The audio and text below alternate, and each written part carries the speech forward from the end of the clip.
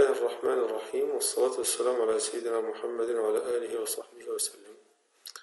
Aujourd'hui, nous allons voir un nouveau chapitre qui parle des systèmes asservis. Donc, tout système qui est formé ou bien qui peut être représenté par un schéma bloc, qui contient surtout une chaîne de retour, comme vous le voyez ici. Donc, vous avez un système. Dans ce système, vous avez ici une action, un système piloté, et là vous avez une observation, ce qu'on appelle une chaîne de retour, et là vous avez un bloc de comparaison. Et vous avez ici une personne qui, par exemple, désire avoir une sortie, ce qu'on appelle une consigne.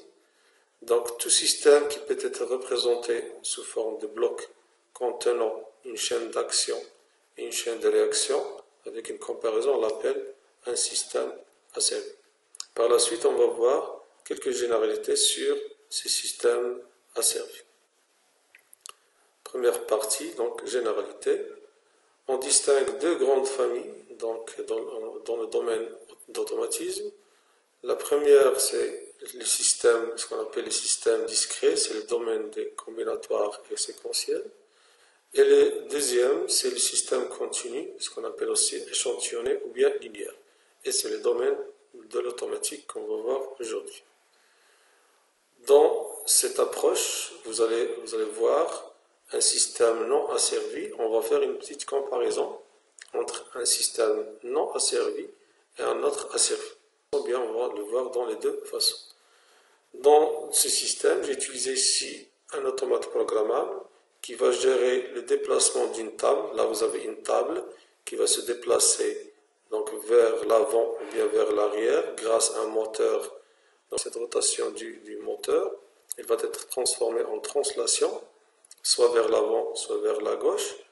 Donc ce moteur est commandé par un automate programmable. Donc si je veux faire avancer, donc l'automate il va donner l'ordre d'avancer, sinon il va donner l'ordre de reculer. Et là vous avez des capteurs tutoriels, donc partout, ils sont placés à plusieurs endroits dans le chemin de déplacement de cette table. Le problème où il y a dans ce système, l'inconvénient ou bien le problème, c'est lorsque la table est située entre deux capteurs, on dit que le système il devient aveugle, c'est-à-dire on ne peut pas connaître, par exemple, surtout si la table s'est arrêtée entre deux positions, et je veux, par exemple, je veux redémarrer le système, à ce moment-là, je ne sais pas. Est-ce que je vais là faire avancer la table ou bien je vais faire la reculer. Donc on dit que le système il est aveugle. Donc surtout, j'ai dit, lorsqu'il est placé entre deux capteurs. Mais bien sûr, lorsqu'il est placé au-dessus d'un capteur directement, donc on peut le connaître.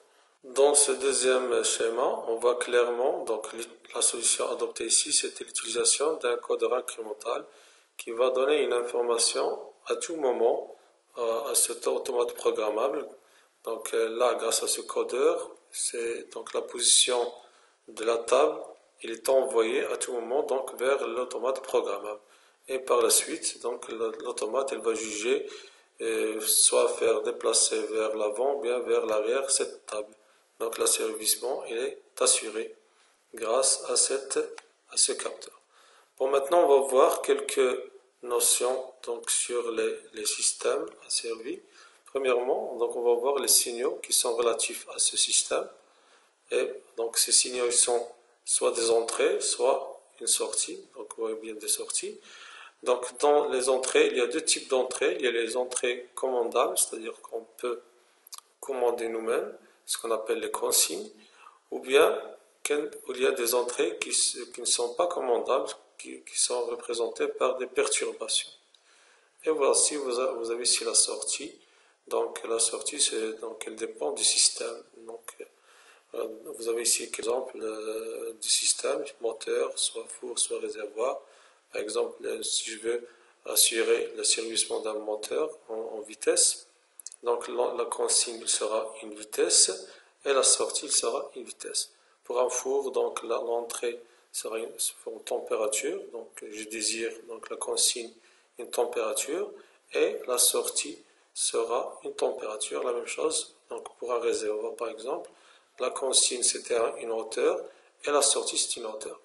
Pour les perturbations, par exemple pour le moteur, ils peuvent être une charge supplémentaire ou autre, un frottement ou bien autre. Pour le four, donc on peut par exemple faire ouvrir une porte, donc ça sont des perturbations que je peux commander. Et par exemple le réservoir, supposons que les perturbations sont formes donc de valves que je vais ouvrir à un instant donné. Donc ce sont quelques définitions qu'on doit connaître. Maintenant, vous avez ici, par exemple, voilà le système qu'on a déjà étudié. Et là, j'ai ajouté ce qu'on appelle un bloc de commande. Donc, à quoi sert ce bloc de commande? C'est un organe qui va traduire cette consigne en une grandeur compatible avec le système. Supposons que cette grandeur n'était pas compatible avec le système, donc on est obligé d'utiliser un bloc de commande, par exemple un potentiomètre. Donc, vous avez l'habitude, par exemple, de régler une température dans un four, par exemple, grâce à un potentiomètre. Donc, ce bloc de commande, ce potentiomètre, il peut être donc représenté par ce bloc de commande. Et la consigne, là, donc le potentiomètre, je reviens toujours à l'exemple du four, le potentiomètre, donc il indique une température, des températures, mais réellement, vous faites varier quoi? Vous faites varier une résistance qui va faire varier, par exemple, une tension qui va être compatible avec le système. Soit il va agir sur un débit, comme vous le voyez ici, donc c'est la grandeur qui va changer l'état du système, et par la suite avoir une sortie qui dépend de ce système. Par la suite qui va dépendre aussi de la consigne. Donc des définitions, donc c'est une grandeur, donc la consigne c'est une grandeur d'origine théorique qui peut se représenter sous deux formes, soit un signal analogique ou bien un signal numérique. Par exemple la sortie d'un potentiomètre dans le cas analogique, ou bien numérique, donc par exemple information venant d'un système donc numérique.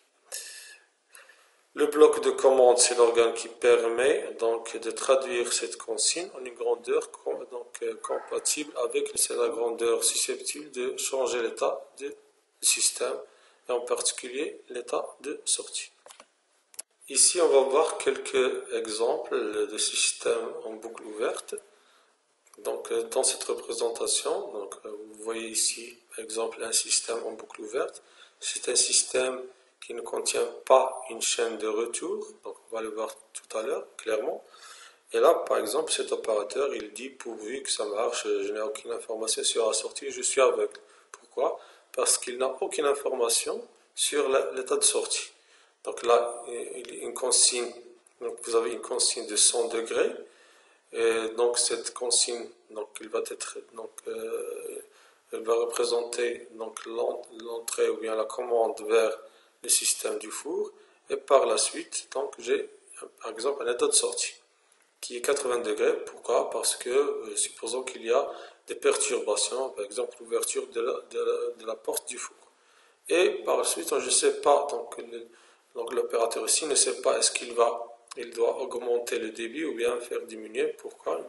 Parce qu'il n'a aucune information sur l'état de sortie.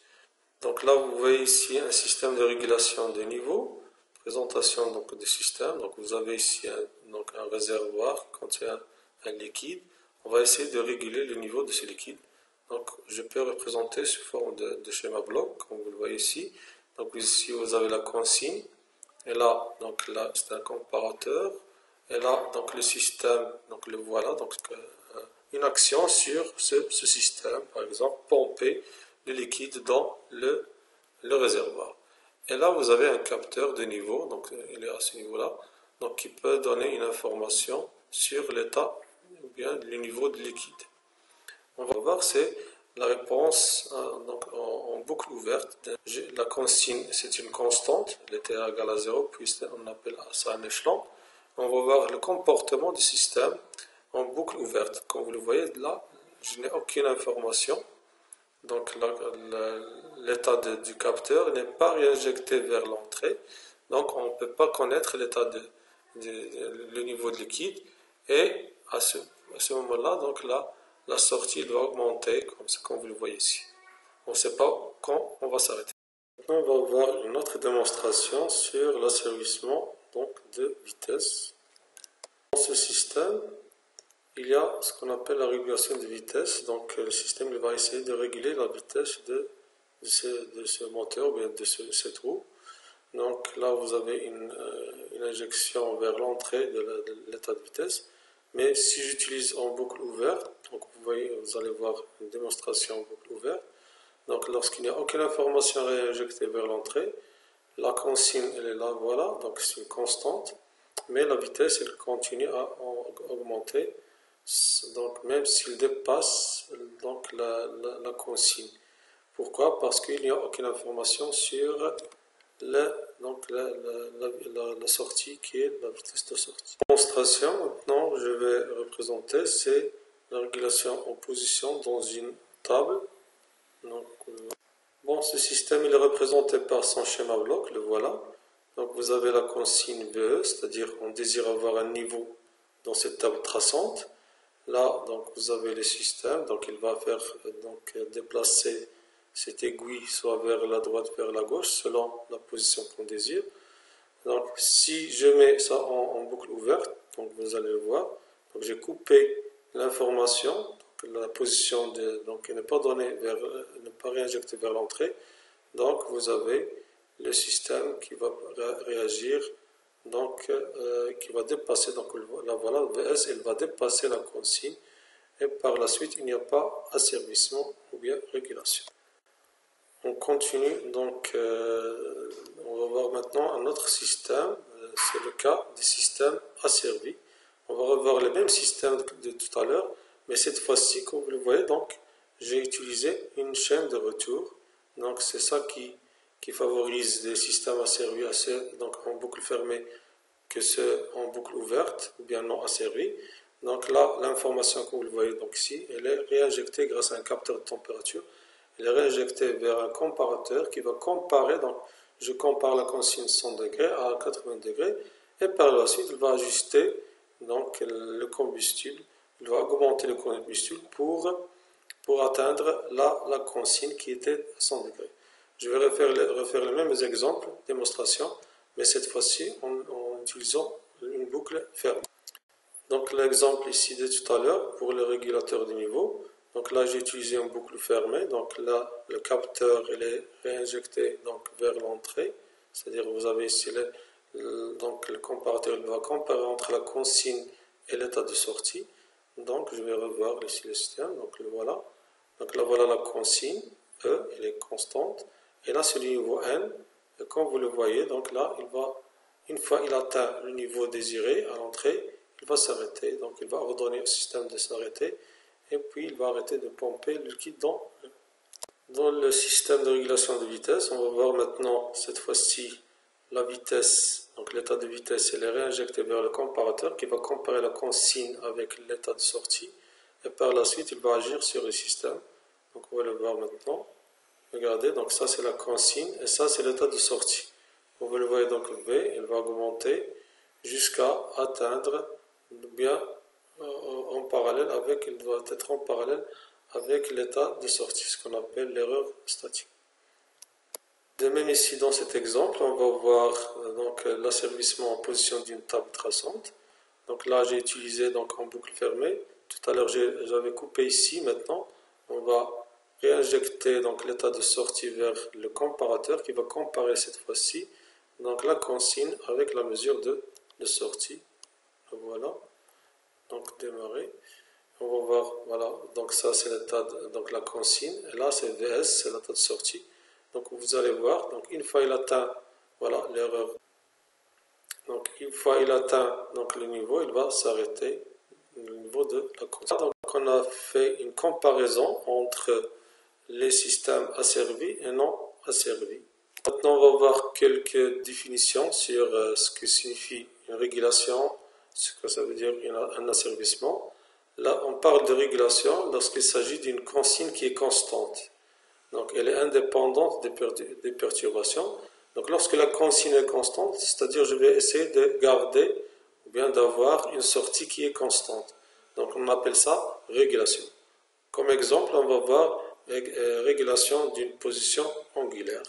Dans cet exemple d'asservissement de position d'une antenne parabolique, donc on a représenté ce système en schéma bloc. Voilà la consigne, le comparateur, donc le capteur ici, donc elle est fermée, donc c'est une boucle fermée. Et là, vous avez donc le régulateur. Et là, donc, ce qui va agir sur le moteur à courant continu pour faire pivoter l'antenne parabolique. Donc, comme réponse indicielle, c'est-à-dire on va utiliser une consigne qui est constante. Vous allez voir. Donc ça, c'est la consigne.